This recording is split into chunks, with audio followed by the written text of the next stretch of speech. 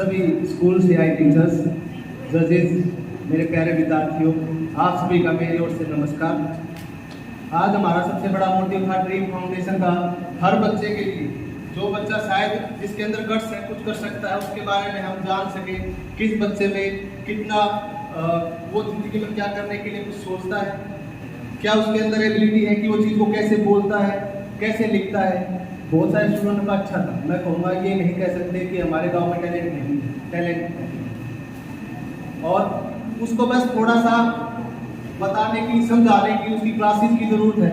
हमारा dream foundation का सबसे बड़ा मतलब यही है, किसी भी बच्चे में अगर कोई भी ड्रीम किसी चीज़ के प्रति, चाहे वो डांसिंग में है, चाहे वो सिंगिंग में है, चाहे वो पढ़ने में है, चाहे एस्से राइटिंग में है, चाहे किसी फील्ड में भी, हम उसकी हेल्प करें। हम फिलहाल ऐसी पोजीशन पे हैं, शायद हम किसी की थोड़ी थोड़ी फाइनेंशियली हेल्प कर सके, उसे अच्छी डायरेक्शन दे सके, और इसका मेन मोटो ये है। दूसरी बात, जितने भी बच्चे अभी बैठे हैं, ध्यान से सुनना, जो मैं बात बताऊंगा ये जीवन के हर लम्हा, हर समय काम आए। मैं थोड़ी सी एक छोटी स्टोरी से शुरू करता हूँ, खुद देखना इस स्टोरी से भी कि आपकी दुनिया कैसे बदल जाती है, कौन बदलता है। कहानी क्या है, एक पेड़ के ऊपर एक सास और एक कौवा बैठे होते हैं। कहते हैं कभी सास की कौवे के साथ दोस्ती नहीं होती, जिस प्रकार कौवे की मोर के साथ नहीं होती। इस बात का पता है, जानते हैं सभी? कभी देखा कौवा और मोर साथ उड़ते हुए, या सास के साथ कभी कौवा उड़ते हुए? किसी ने देखा हो तो बताओ आप। नहीं। तो बड़ी कोइंसिडेंटली उनकी दोस्ती हो जाती है। जैसे ही दोस्ती, एक पेड़ पे वो रहते हैं, बातें करते हैं, किसी ने सास को समझाया कौवा तेरा दोस्त नहीं बन सकता, क्योंकि इसकी प्रवृत्ति ही अलग है। प्रवृत्ति अलग होने की वजह से तुझे कभी न कभी धोखा देगा। सास बोला नहीं, दोस्त तो कोई भी हो सकता है। उसके दोस्त ने कहा कम से कम इसकी कमियां तो पहचानो, इसमें कमी क्या है। तब तक कमी नहीं देखोगे तुम इसकी अच्छाई कहाँ से देख पाओगे। तो इतना कहने पर सास नहीं मानता है। एक पेड़ पर बैठे होते हैं, अचानक एक शिकारी आता है। शिकारी थका हुआ होता है, पेड़ के नीचे आके लेट जाता है। जैसे ही लेटता है, सास सोचता है कि भाई शिकारी नीचे आ गया, कौवे से बात करता, भाई शिकारी का मैं मार ना दे। कौवा बोलता मारेगा, तुझे पक्का मारेगा, क्योंकि तू वाइट है, मैं तो काला हूँ, मुझे देख के पसंद नहीं करता, उड़ा देगा मुझे तो। लेकिन वो सास फिर भी सोचता है इसके लिए अच्छा कर। तो सास क्या करता है, जब धूप आती है तो पेड़ के ऊपर अपने पंख फैला देता है ताकि इसके ऊपर छाया बनी रहे। लेकिन कौवा दुष्ट प्रवृत्ति क्या था, उसने सोचा ये तो शिकारी का मित्र बन रहा है। कौवे ने क्या किया, एकदम से उड़ान भरी और उड़ते ही उसके मुंह पर पोटी कर दी। जैसे पोटी करता शिकारी उड़ता, शिकारी ने सोचा ये किसने किया, सास ने, क्योंकि उसके ऊपर तो पंख फैलाए, कौन बैठा है, सास बैठा। जैसे ही सास शिकारी उठता है, सास को तीर से मार देता है और सास मर जाती है। क्या मतलब समझते हैं इस कहानी? मैं आपसे ही सुनना चाहूंगा, आप जिसको ये कहानी समझाइए, एक बार मुझे उसका जवाब दीजिए। क्या समझते हैं आप? कोई बता सकता है? कोई भी? कोई भी? इसमें कोई शर्माने की बात नहीं है। आपको इस कहानी के क्या शिक्षा मिलती है, क्या मोरल मिलती है? चलो खैर, किसी के दिमाग में बात उठेगा नहीं, मैं बता देता हूँ क्या मोरल। कभी भी दुष्ट व्यक्ति के साथ दोस्ती नहीं करनी चाहिए। आपके आसपास स्कूल्स में, गांव में ऐसे व्यक्ति हैं, आपकी क्लासेस में, जो आपको गलत डायरेक्शन देंगे। और ये बातें कई इस बात पे हंसेंगे, ऐसा तो होता ही नहीं है। आप एक काम करना, इस बात का जायजा करना, कम से कम किसी चीज के साथ आप दोस्ती करते हो तो कम से कम उसका इम्तिहान लेना चाहिए। कभी इस्तेमाल करके देखो, कई चीजें मांग के देखो, मिलेगी कि नहीं मिलेगी, या बातें करेगा। अब जो इंटेलिजेंट बच्चा है, क्लास में क्या करेगा, उसके साथ दोस्त साथ रहेगा। सपोज कर आप यहीं बैठे हैं, जो बच्चा पढ़ाई में होता है उसके पीछे वो व्यक्ति बैठा हो। अब वो जब सुनेगा ना, तो पीछे वाला उसको उंगली करता रहेगा, हाँ बात सुन। क्यों? उसका पढ़ाई में मन नहीं लगता है, वो बातों को नहीं सुनता है, और उसका आप पे क्या इफेक्ट पड़ेगा, आप भी नहीं सुन पाओगे, आप भी सेम कैटेगरी में जा रहे हैं। फिर डिफरेंस क्या हुआ? इसी वजह से आप जिंदगी में कामयाब नहीं हो पाते। हर समय, हर सेकंड, हर मिनट आपको ऐसे व्यक्ति मिलेंगे जगह जगह पे, स्कूल्स में, कॉलेजेस में, गांव में, जो आपको इन चीज़ों के बारे में जानबूझ के छेड़ते रहेंगे। कई बच्चे नहीं है, अच्छे हैं, उसके साथ जो दूसरा व्यक्ति हो, पता क्या कहेगा बच्चा, चल बीड़ी पीते हैं, उसे पता है ये गलत है। अगर वो 2 बार मना कर देगा इसके साथ, 2 बार मना करने के बाद तीसरी बात वो क्या कहेगा ही नहीं उसे? हो सकता है ऐसा? बताओ, बताइए। जो बच्चा बीड़ी पीता है वो दूसरे को कहेगा कि बीड़ी पी ले, और उसने कह दिया आज मैं नहीं पीऊंगा, क्या नेक्स्ट टाइम उससे पूछेगा नहीं पूछेगा? क्यों? क्योंकि उसका दोस्त है। इसी वजह से उसे कम दूर भेज दो, उससे दोस्ती ही मत रखो। आपके नाकामयाब होने का, आगे बढ़ने का सबसे बड़ा रीजन यही है, सबसे बड़ा रीजन।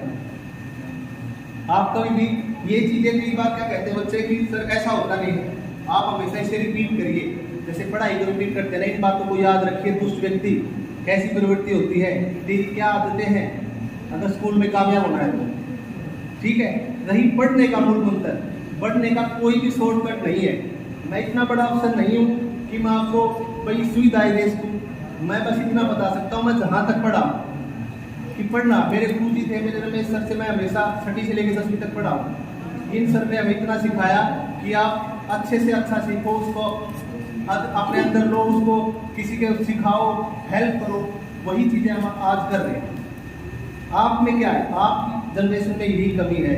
बहुत सारे बच्चे जो कुछ करना चाहते हैं ना, उसकी साथ वाली उसे गलत डायरेक्शन देती है। लड़के में भी ऐसा ही है, जबकि पढ़ना चाहता हूँ, टीचर कब तक बता देगा? टीचर को थोड़ी पता होता कौन सा व्यक्ति किस प्रवृत्ति का है। ये सिर्फ आपके लिए। दूसरी बात, मैं स्टार्ट करता हूँ महिलाओं के ऊपर से। महिलाओं का ग्रामीण में विकास में क्या महत्व है, क्या महत्व है, आप खुद बताइए। आज आपके पापा खेत में गए हुए, घर पे खाना कौन बनाता है? घर का झाड़ू पोछा कौन करता है? और सारे काम ऐसा अगर हम इसे रोटेट कर देते हैं, मम्मी को खेत में भेज देते हैं, पापा को घर रख लेते हैं, बताओ पापा कर लेंगे? चाहे वो जॉब पे हो, बेशक वो जॉब पे ही क्यों ना हो, फिर भी जितने पैसे वो बाहर से कमाता है ना, हंसिए मत, ध्यान दीजिए बात। बहुत सारे ऐसे बच्चे हैं जो किसान से हैं, जिनकी माँ सारा दिन घर पे भी करती है, फिर खेत में भी करती है। वो उसकी वैल्यू नहीं समझते। माँ तो अनपढ़ है। पापा को इसलिए मानते क्योंकि पापा गुस्सा हो जाते हैं, कहीं पीट दे, माँ से डर कम लगता है। जबकि माँ की उससे ज्यादा हिस्सेदारी है आपके पिताजी से, जिसको आपको भी संभालना है, घर को भी संभालना है, और पैसे का लेन देन भी माँ ही रखती है। क्या है छोटी सी दारी है, जिसके ऊपर भी एक छोटी सी स्टोरी सुनाता हूँ। कभी एक लेडीज का जन्मदिन होता है, सुनिएगा बात मत। अगर किसी को इंटरेस्ट नहीं है वो बता दीजिए, मैं स्टोरी चेंज कर दूंगा, आपके ऊपर ले आऊंगा। ये आपकी माँ की ही स्टोरी है, सुनिए। एक औरत का जन्मदिन होता है, वो अपने घर से बाहर निकलती है सोचते हुए कि मैं आज अपने बच्चों के लिए सब्जी पनीर की बनाऊंगी, आज मैं गोभी की बनाऊंगी, आज आलू की बनाऊंगी, हलवा बनाऊंगी। बड़ी खुश है।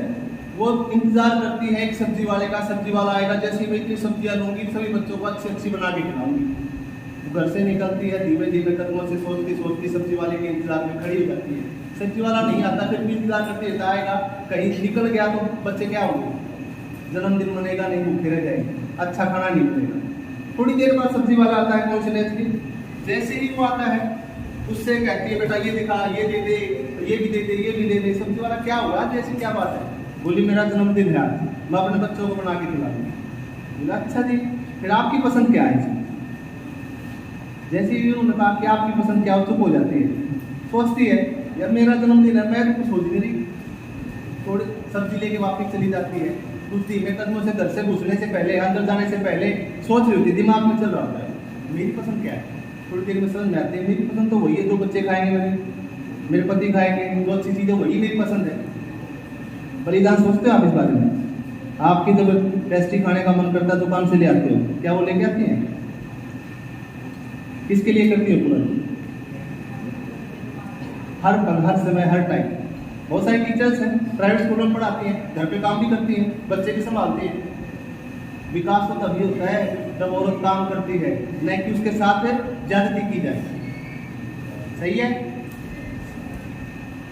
सभी बच्चे आप देखना, अपनी मम्मी की रिस्पेक्ट किया करो, क्योंकि अगर आपकी पढ़ाई इन्हीं चीजों पे टिकी है। सबसे पहले पढ़ाई टिकी है माँ बाप की सेवा पे। आप अपने मम्मी पिताजी की बातें मानते हो ना, तो you can definitely reach your destination. आप अपने जहाँ पे आपको पहुँचना है, जो आपकी ज़िंदगी में सोच है, उनके साथ लॉयल रहोगे ना, तो कभी गलत काम नहीं कर सकते। जहाँ मम्मी पापा के साथ लॉयल नहीं रहोगे, गलत चीज़ें डायरेक्ट करोगे, बताओगे गलत, जहाँ गए हो दुकान पे कहोगे मम्मी यही गई थी, बस पापा यही गया था, अपने आप अपनी कमियां छुपाने लग जाओगे। डेली डेली आदत हो जाएगी और आपकी डायरेक्शन चेंज हो जाएगी। आप कामयाब होने में कभी कोई सोच नहीं सकता कामयाब हो जाएगा। बहुत सारे ऐसे झूठ बोलने वाले, और झूठ ही इन चीज़ों की मियाद होती है। ये बात समझ में आई?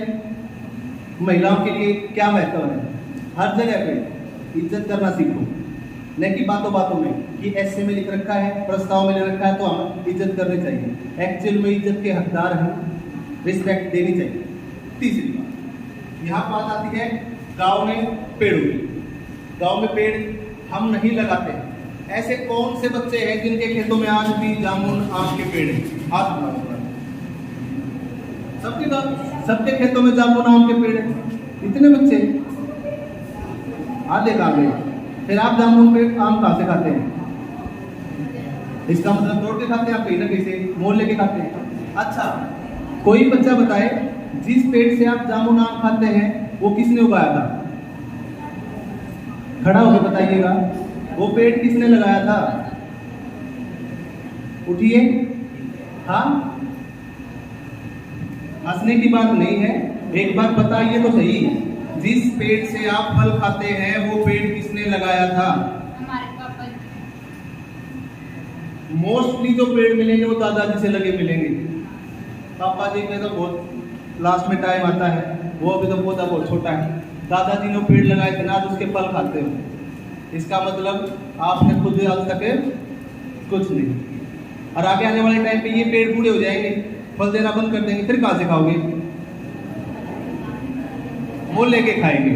मोल रेट तब तक 500 रुपए किलो जामुन हो जाएगी, 700 रुपए आम मिलेगा। मेरा कहने का मकसद क्या है? हमेशा जीवन में कम से कम 2 से 3 पेड़ लगाने भी और संभालने भी, ताकि जब आप बूढ़े हो ना तो वो पेड़ आपको एक दिन फल देगा। नहीं दोगे तो आप वेट में खड़े रहेंगे। पेड़ हम सोचते नहीं है, बहुत बड़ी बातें हैं। जैसे जैसे पेड़ खत्म होते हैं, आपको पता है, आप कभी चंडीगढ़ गए हो? जो चंडीगढ़ गया है, चंडीगढ़ की हवा जाके देखना, वहाँ हर तीसरा दिन बारिश होती है, मौसम ठंडा रहता है। रीजन है क्या है? पेड़ वहाँ बहुत ज्यादा है। हमारे यहाँ पेड़ कम है तो गर्मी बढ़ रही है। गर्मी बढ़ रही है तो हमें कैसा महसूस हो रहा है? एसी का यूज हो रहा है गाँव में, कितने एसी लगे हुए हैं। ये सारी रिलेटेड बातें हैं। इस पेड़ के ऊपर भी एक स्टोरी है। एक छोटा बच्चा होता है, कभी वो पेड़ पे खेल रहा होता है। जो बच्चे पीछे ध्यान समझ में नहीं आ रहा तो आगे आ जाओ, जिसको सुन नहीं रहा वो आगे आ जाता है। सुनिए, एक बच्चा पेड़ के साथ खेलता है, आम खाता है, वो उसके ऊपर चढ़ता है, कभी कोई गेम खेलता है, कभी कोई। पेड़ भी खुश होता है। पेड़ सोचता देखो मेरे साथ कोई बच्चा खेल रहा है, मेरे टहने मेरे साथ खेल रहा है, वो उसे आम भी देता, खा के चला जाता है। जैसे ही बच्चा थोड़ा सा बड़ा होता है तो रोते हुए आता है पेड़ के पास। तो पेड़ पूछता है क्या हुआ आपको? क्या हुआ बेटा बताओ? पेड़ तो ऐसे जीवित है, बोल नहीं सकते, ये एक स्टोरी है, समझना। तो जैसे ही पेड़ को कहता है, वो बोलता है मेरे पास पैसे नहीं है, मैंने को पैसे से चीज लेके आई है। तो पेड़ थोड़ी देर सोचता है, बोलता है मेरे पास तो है बेटा, पैसे तो नहीं है, पर मैं आपको आम दे सकता हूँ। आम ले जाओ, आप एक आम को बेच देना, उससे क्या कमाना? पैसे। आप अपनी चीज ले लेना। खुशी खुशी पर आम लेता है, तोड़ के।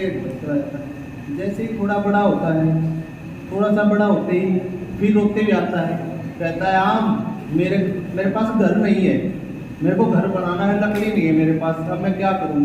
थोड़ी देर आम सोचता है, बोला मेरी टहनी काट दो, मैं क्या करूँगा? वो उसकी टहनी काट लेता है, टहनी काट के ले जाता है। फिर थोड़ी सी एज और होती है, थोड़ी सी एज होने के बाद बच्चे हो जाते बड़े बड़े, फिर आता वो, फिर कहता है मैं जिस घर में रहता हूँ वहाँ नदी पड़ती है, वहाँ के लिए मुझे कश्ती की जरूरत है, कहाँ से लेके आऊँ आप बताओ, सलाह दो। तो पेड़ फिर खुशी भावना से बोले मेरे साथ खेलोगे कब? बोला अब मेरी उम्र नहीं हुई खेलने। बोला ठीक, आप मेरा तना काट लो, इससे किश्ती बना दो। उसने क्या किया, उस पेड़ का किश्ती, पेड़ छोटा सा रह गया, कट के जड़ रहेगी। बूढ़ा हो जाता है इंसान, बूढ़ा हुआ आता है रोते हुए, फिर भी ऐसे ही मेरा शरीर दुख रहा है, तो आम बोलता है क्या हुआ बताओ क्या, मेरे से है ना बैठने से मतलब बैठा नहीं जा रहा है, मैं बहुत देर से घूम रहा हूँ। पेड़ कहता है आ जाओ मेरे ऊपर बैठ, क्योंकि उसके ऊपर कुछ हिस्सा बचा हुआ है। एट लास्ट जब तक वो बिल्कुल घिस चुका था तब भी उसने उस बूढ़े को क्या दिया है, सहारा। सेम ऐसे हर पेड़, चाहे वो आपकी गली में है चाहे वो आपके खेत में है, एट लास्ट तक आपको सहारा देता है हर समय तक। नहीं देता तो बताओ कौन सा पेड़ देता? आप उसका इस्तेमाल करते लकड़ी के लिए? नहीं करते। तना काटते बेचने के लिए? इसी वजह से आपको एक जरूर है, हमेशा अगर आपके पास पेड़ है ना तो उसको लगा के उसकी पानी देना, उसकी हमेशा संभाल करना। एक पेड़, सिर्फ एक, जीवन में एक पेड़ भी उगाओगे तो बहुत है। ऐसे मत सोचना कि पेड़ से कुछ नहीं होता, पेड़ से बहुत कुछ होता है। पानी का सतर भी ऊपर आ जाता है पेड़ की वजह से, क्योंकि जब पेड़ की जड़ें नीचे से पानी खींचती है तो पानी को ऊपर आना पड़ता है, वो साइफन से ऐसा काम करता है।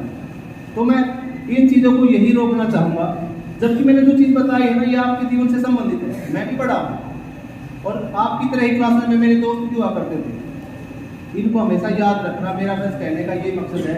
और जब कोई चीज़ आपको हमेशा जिंदगी में याद रखनी है ना, उसे रिपीट करो दिमाग में बार बार, चाहे पढ़ने से हो चाहे इन चीज़ों को सीखने से हो। हमेशा अगर कोई गलत व्यक्ति डायरेक्शन करता है, आत्मा दो मन दो चीज़ें बोली जाती हैं। आत्मा हमेशा ये कहेगी नहीं गलत है मत कर, लेकिन मन आपका कहेगा नहीं सही है। जब पिट जाओगे ना वहाँ से फिर कहेगा गलती हो। तो हमेशा आत्मा की सुनो, अच्छे की सुनो और मेहनत करो बस। धन्यवाद।